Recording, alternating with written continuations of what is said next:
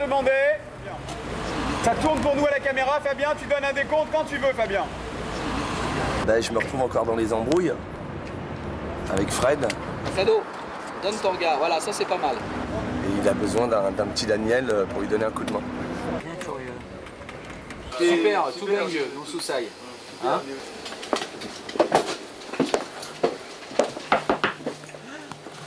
Super vieux, non sous-saille.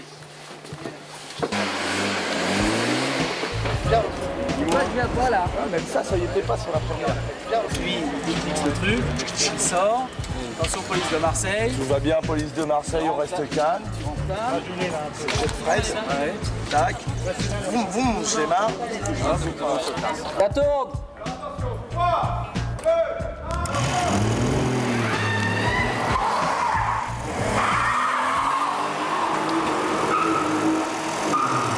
C'est un des rares films où il y a finalement très peu d'effets numériques.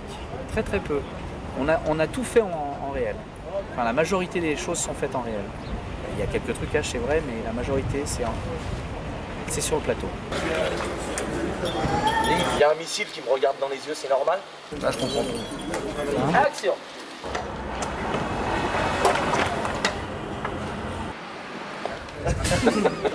C'est bien, c'est nickel, c'est impeccable. Allez, en fin de journée, merci. Je trouve que ce qu'il y a de plus dur à mettre en scène, c'est jamais les voitures qui vont vite, les actions, les cascades et tout ça. Je trouve que ce qu'il y a de plus dur à mettre en scène, c'est toujours les sentiments au cinéma. Donc c'est le travail avec les acteurs. Qu'est-ce que vous foutez, vous? Pourquoi vous vous arrêtez? Allez, ninja, ninja! Je voudrais pas vous paraître pessimiste. Je voudrais pas vous paraître pessimiste, mais comme ça, là, d'instinct, ça sent le piège. Ça sent le piège. Je voudrais pas vous paraître pessimiste, mais ça, là. Mais d'instinct, là... Je voudrais pas vous paraître pessimiste, mais d'instinct, là, ça sent le piège. Allez, on va se mettre sur le côté, on va faire une mise en place avec la caméra. On a un silence pour la répétition. C'est du genre, mon petit Daniel, vous m'en savez? C'est l'autre qui te répond pas. Bah, il faudrait quand même me répondre, mon petit Daniel. C'est nouveau, ça vient de sortir? Oui, ça vient de sortir. D'accord. Hein? Ouais. Il faudrait quand même me répondre, mon petit Daniel. Bon, Daniel, je parle, on m'écoute quand voilà. C'est Gilbert. Oui, c'est Gilbert, vous m'en savez? Ouais. Puis t'attends un peu, il te répond pas. Jean-Christophe, te décaler sur ta fesse droite un petit peu. La fesse droite. Tu veux, c'est un truc, même c'est ce que je peux faire, tu vois, si jamais t'es en ligne, je vais aller. Ça, c'est pas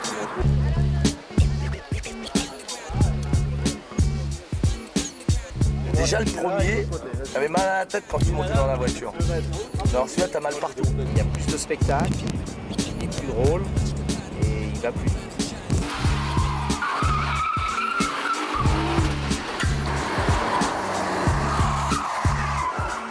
Une ligne droite rapide et puis vous arrêtez au virage.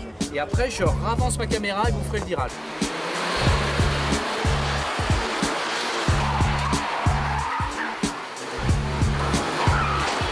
Ensuite derrière ça va enchaîner. La Mitsubishi la plus à gauche va nous doubler encore plus à gauche.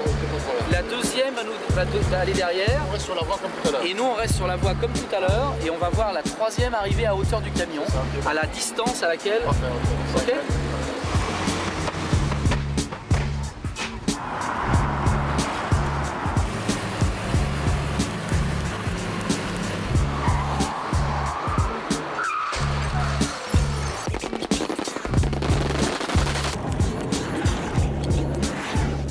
Donc le taxi il sort il a cassé une préfecture juste avant, ça c'est un truc qu'on va tourner beaucoup plus tard dans le temps. Il sort de la préfecture et il s'enquille sur la place et il est poursuivi par des voitures de police. 3, 2, 1, go!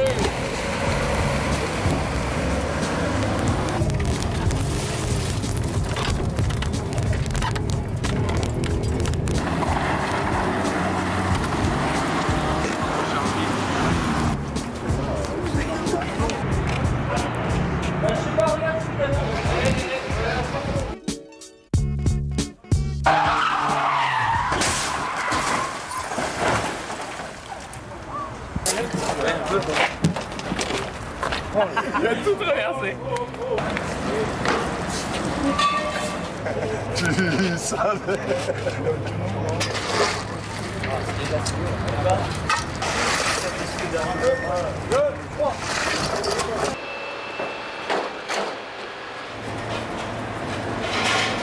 Ça, c'est un grand moment. C'est un très grand moment. On se met tout. Il y a 2 jours, j'allais faire du judo avec Emma et je suis ruiné. Je suis totalement ruiné. Tu te relèves. Hein, ça, je t'ai pas fait mal. Non, pas du tout. Toi, t'es hors champ. Non, Mylène, vous voulez arrêter 5 minutes? Non, ça va, impec. C'est juste que je prends des mauvaises positions là parce que j'ai peur de te faire mal. C'est pas grave, ça va partir. D'ailleurs, je chauffe là. Action! Il n'y a pas de prix Nobel dans l'entourage de ce pauvre commissaire Gibert, qui lui-même, faut bien le dire, n'est pas un polytechnicien. J'ai suivi un cours de japonais. J'ai sauté, bonsaï!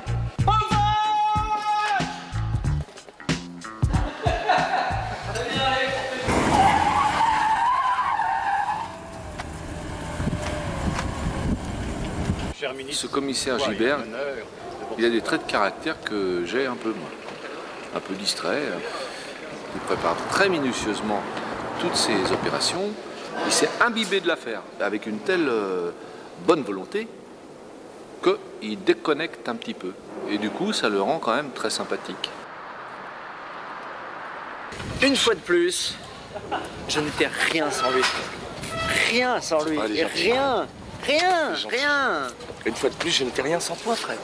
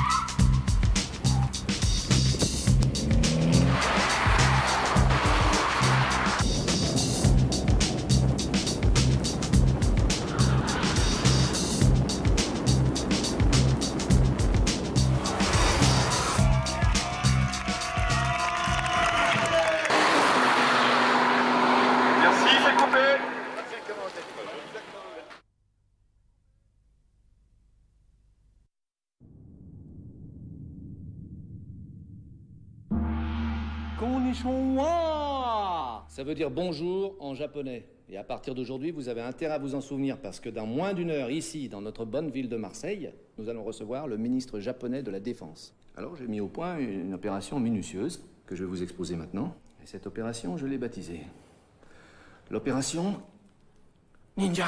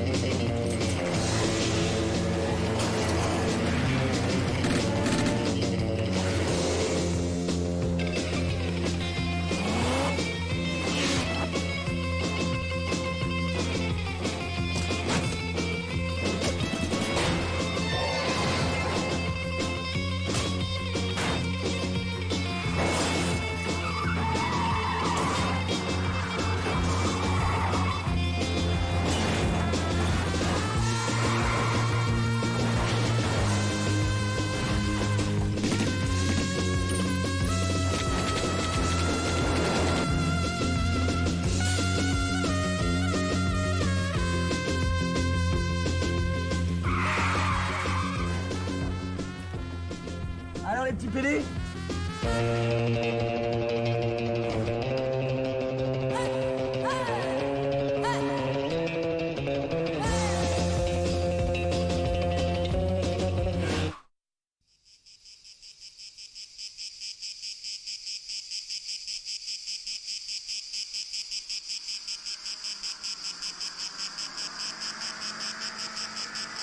Chef, la mort.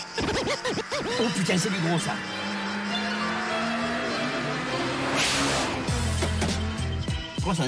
Sans votre respect, chef, je crois plutôt que c'était une 406. Hein. Et à mon avis, elle sort pas de l'usine. Mais non, 306, c'est la vitesse enregistrée, abruti. Préfère les motards. Un taxi blanc enregistré à 306 km. Je répète, 306. Ok, on s'en occupe de suite.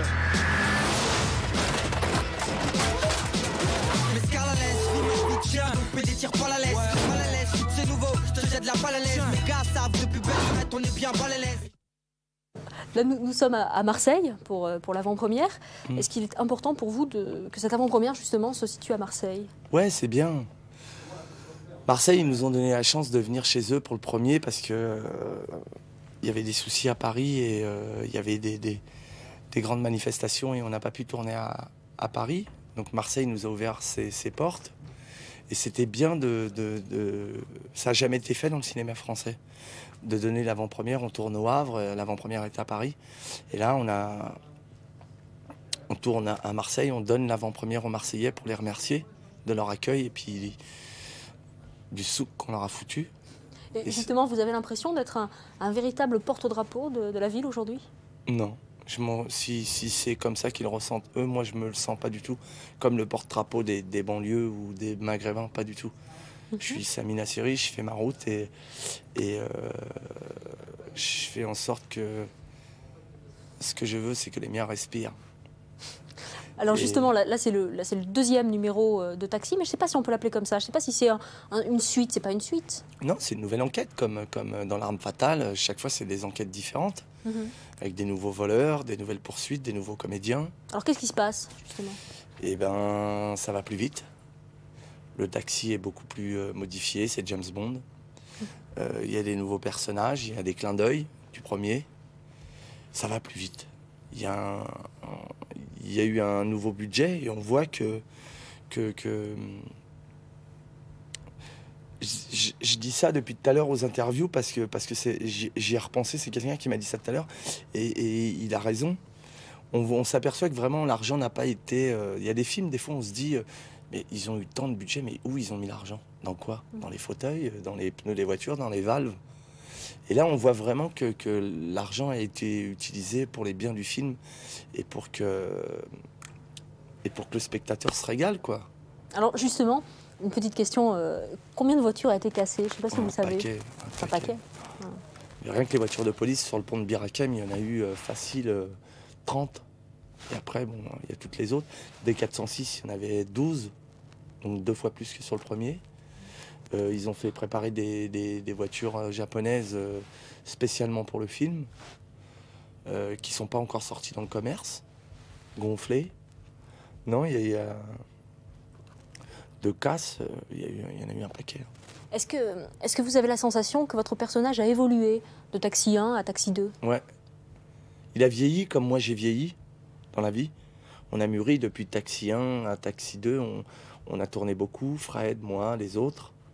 Et lui, il a vieilli, on peut dire que peut-être qu'ils sont, avec Fred, entre Taxi 1 et Taxi 2, ils sont sortis beaucoup ensemble, ils ont sympathisé, il ne s'est rien passé, il n'y a pas eu d'enquête, il lui a promis qu'il lui retirerait plus son permis. Et comme on l'a fait dans la vie avec Fred, on a appris à se connaître, à traîner un peu plus ensemble, à se retrouver dans les castings, voyager, faire les avant-premières. Et je crois que Daniel a vieilli. Il arrive à presque à... je crois qu'il a envie de se marier avec Lily. Il est mûr. Vous conduisez très vite dans le film. Est-ce que peut-être, dans le fond, vous ne risquez pas de donner un mauvais exemple à la jeunesse? J'espère que non, justement, que les gens ne vont pas déteindre sur le film à ce niveau-là. S'ils s'identifient à moi, j'espère qu'ils prendront les bons côtés. C'est-à-dire où j'en suis arrivé aujourd'hui dans ma vie, dans mon travail, qui pomperont ça et qui s'identifieront à ça, mais pas à la conduite, quoi. C'est tellement dur, il n'y a que aller à Garches, voir à l'hôpital l'hôpital des accidentés de la route, et je crois que tu prends une bonne baffe. Il y a tellement de choses pour pouvoir conduire et s'éclater, se faire plaisir. Tu as des circuits, ça coûte pas cher, tu vas à 3-4 copains, ça coûte 400 balles, vous mettez 100 balles chacun, et tu fais de la 16 soupapes ou de ce que tu veux toute la journée sur piste, puis tu as un instructeur qui est là à côté de toi, et puis il te laisse conduire, il t'explique des choses, et ça t'apprend en même temps, pour après quand tu es dans la ville, à anticiper des choses et à pouvoir mieux conduire. J'espère qu'ils ne feront pas les fous, quoi, en voiture.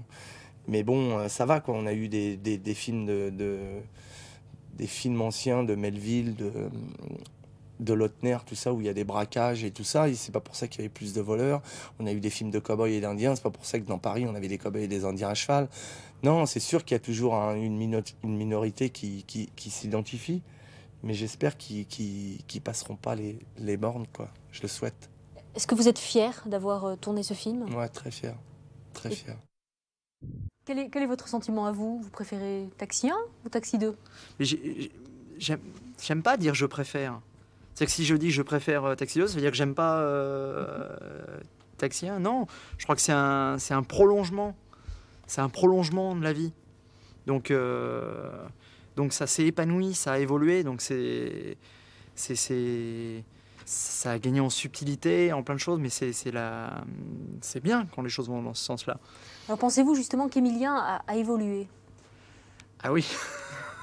Ah oui. Ça, il a pris de l'assurance. Il a pris beaucoup d'assurance.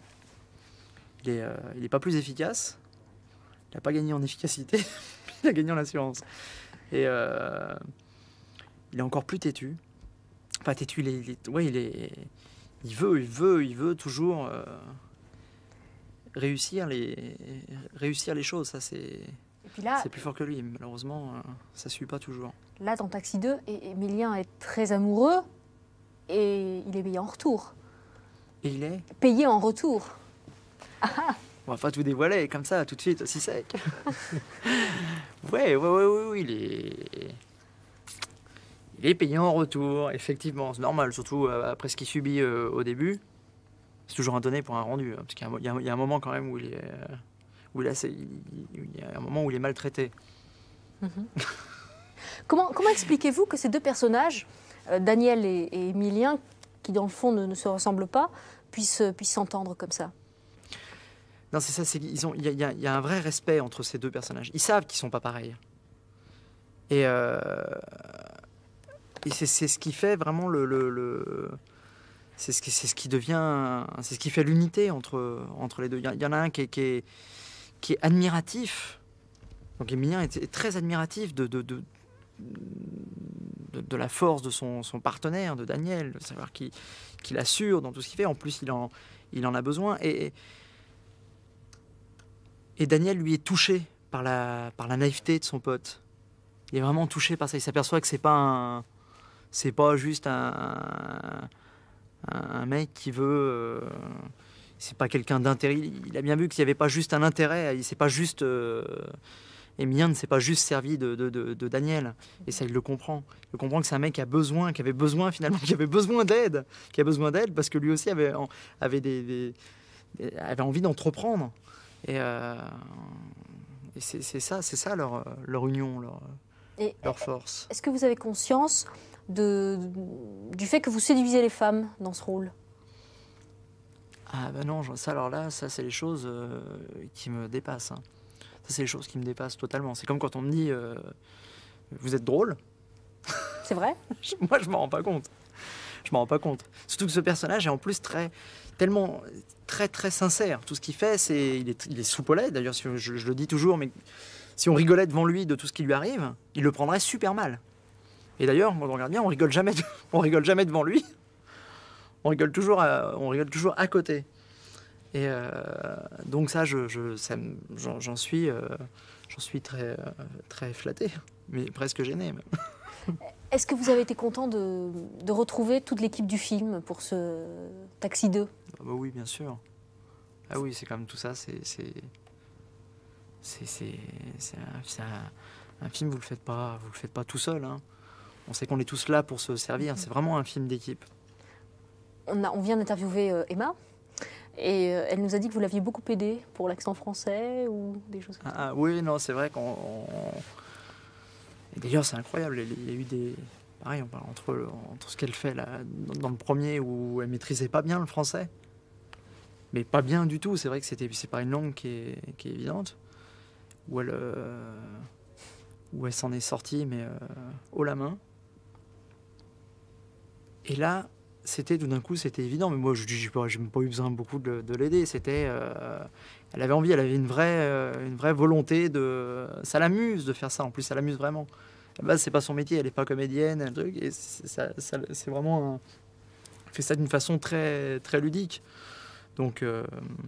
Donc moi, j'ai pas eu l'impression, pour moi, on a travaillé les scènes, quoi.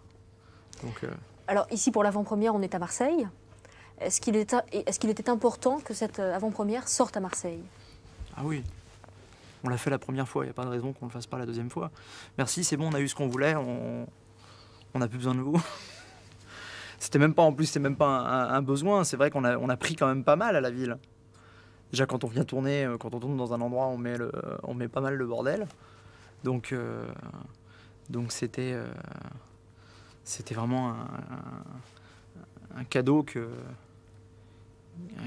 était important de faire. Donc pas de raison qu'on recommence pas avec Taxi 2, parce que c'est ce qui s'était passé il y a 2 ans.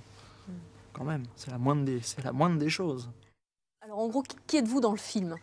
Je suis Petra, commissaire de police. Toujours. Alors Petra, c'est une sorte de superwoman, on va l'appeler comme ça? Oui, elle est une superwoman.